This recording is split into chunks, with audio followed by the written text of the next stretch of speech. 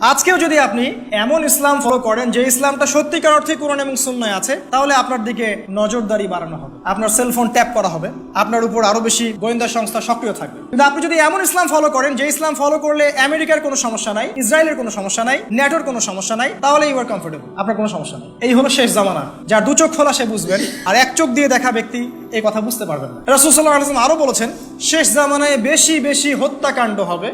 একজন ব্যক্তি যে হত্যা করছে সে জানবে না আমি কেন তাকে হত্যা করলাম, আর যে ব্যক্তি নিহত হবে সেও বুঝবে না কেন আমাকে মারলো।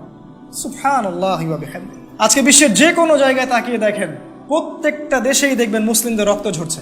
আপনি যদি চোখ খোলা রাখেন দেখতে পারবেন প্রত্যেকটা জায়গায় যারাই প্রপারলি ইসলাম ফলো করার চেষ্টা করবে এদেরকে ডমিনেটেড করা হবে। যদি আপনি আল্লাহ এবং তার রাসূলের উপর থাকতে চান, আপনার উপরে সামরিক নির্যাতন চলে আসবে, অর্থনৈতিক অবরোধ চলে আসবে, আপনি পারবেন না। শেষ জামানায় মুমিনের জন্য সমাজে টিকে থাকা খুবই কষ্টকর হবে। রাসূল সাল্লাল্লাহু আলাইহি ওয়াসাল্লাম বলছেন, অবস্থা এমন হবে যে একজন মুমিনকে ওই পাহাড়ের পাদদেশে হিজরত করতে হবে, কিছু বকরি নিয়ে, কিছু রাখাল, কিছু বকরি মেষের পাল নিয়ে, যেখানে বৃষ্টি হয়, সেই ঈমান নিয়ে ওখানে হেফাজত করবে, দূরে চলে যাবে।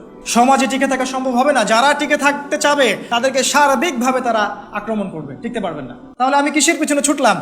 এটাই হচ্ছে গরজুদ দুনিয়া, দুনিয়ার পেছনে ছোটা, যেটা রাসূল সাল্লাল্লাহু আলাইহি ওয়াসাল্লাম বলেছেন শেষ জামানায় মুসলিমরা গরুর রশি ধরে থাকবে, মানে দুনিয়া নিয়ে ব্যস্ত থাকবে। তারা আল্লাহর পথে দাওয়াত, আল্লাহর পথে জিহাদ ছেড়ে দিবে, হক কথা বলাও ছেড়ে দিবে। তারা মানুষকে ভয় করবে, আল্লাহকে ভয় বাদ দিয়ে। তিনি আরো বলেছেন, আখিরুজ জামানের সাইন হচ্ছে যে মানুষ সত্যবাদীকে মিথ্যাবাদী বলবে, মিথ্যাবাদীকে সত্যবাদী বলবে। সমাজের সবচেয়ে নিকৃষ্ট মানুষ হবে নেতৃত্বের আসনে, আর সবচেয়ে উচ্চ শ্রেণী যারা মানুষ, সত্যিকার যারা স্কলার, তারা হবে সমাজে নিগৃহীত, নিপীড়িত।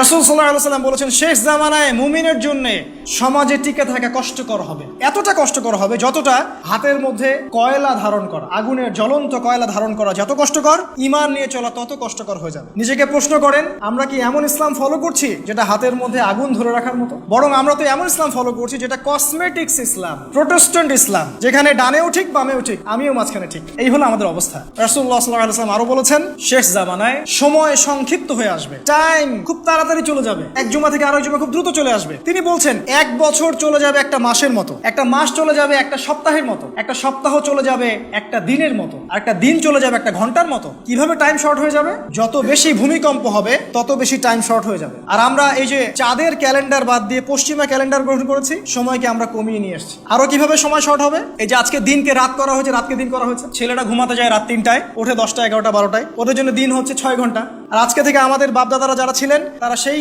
ভোর 4টায় উঠতেন এবং রাতের বেলা তাড়াতাড়ি ঘুমাতেন। তাদের কাছে দিনটা অনেক লম্বা ছিল, তারা অনেক কাজ করতে পারতেন, তাই না? এভাবে আমরা দিনকে শর্ট করে নিয়ে আসছি, সময় সংক্ষিপ্ত করে আমরাই নিয়ে আসছি, আর এটাকে বলছি আমরা প্রোগ্রেস, প্রগতি।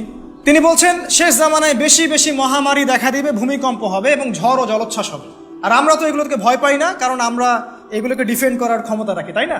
আমরা তো এগুলোকে ডিফেন্ড করার ক্ষমতা রাখি। আমরা টার্মিনোলজি ব্যবহার করছি, প্রাকৃতিক দুর্যোগ। প্রাকৃতিক দুর্যোগ, প্রকৃতিটা কে? এটা কি আল্লাহ বাদ দিয়ে অন্য কোনো সত্তা যে রাগ হয়ে গেলে দুর্যোগ হয়? না, আল্লাহর হুকুমেই দুর্যোগ হয়, আল্লাহর হুকুমেই ভালো হয়। সূক্ষ্মভাবে প্রত্যেকটা জায়গায় শিরক ঢুকিয়ে দেওয়া হয়েছে। আমরা শিরকের মধ্যে হাবুডুবু খাচ্ছি, বুঝতে পারছি না। কোরআনে আছে সোনার কয়েন এবং রূপার কয়েন ইউজ করার কথা। ওয়ার্ল্ড ব্যাংক এবং IMF সোনার কয়েন, রূপার কয়েন ব্যান করে দিয়েছে, ব্যবহার করতে পারবে না। তারা আল্লাহর হালালকে হারাম করে দিয়েছে, আর আল্লাহর হালালকে যে হারাম করে, এটা শিরক। শিরক। কোরআনে অসংখ্য বিধান আছে যেগুলো ইসলামের বিধান, যেমন চোরের হাত কাটতে হবে, জেনাকারীকে শাস্তি দিতে হবে, ডাকাতি করলে শাস্তি আছে, খুন করলে কিসাস আছে। এগুলো আমাদের সমাজ থেকে উঠে গেছে। আল্লাহর হালালকে যে হারাম করে এটা শিরক, আল্লাহর হারামকে যে হালাল করে এটাও শিরক। এগুলো আপনি তখনই বুঝতে পারবেন যখন আপনি কবরে থাকবেন, তার আগ পর্যন্ত বুঝতে পারবেন।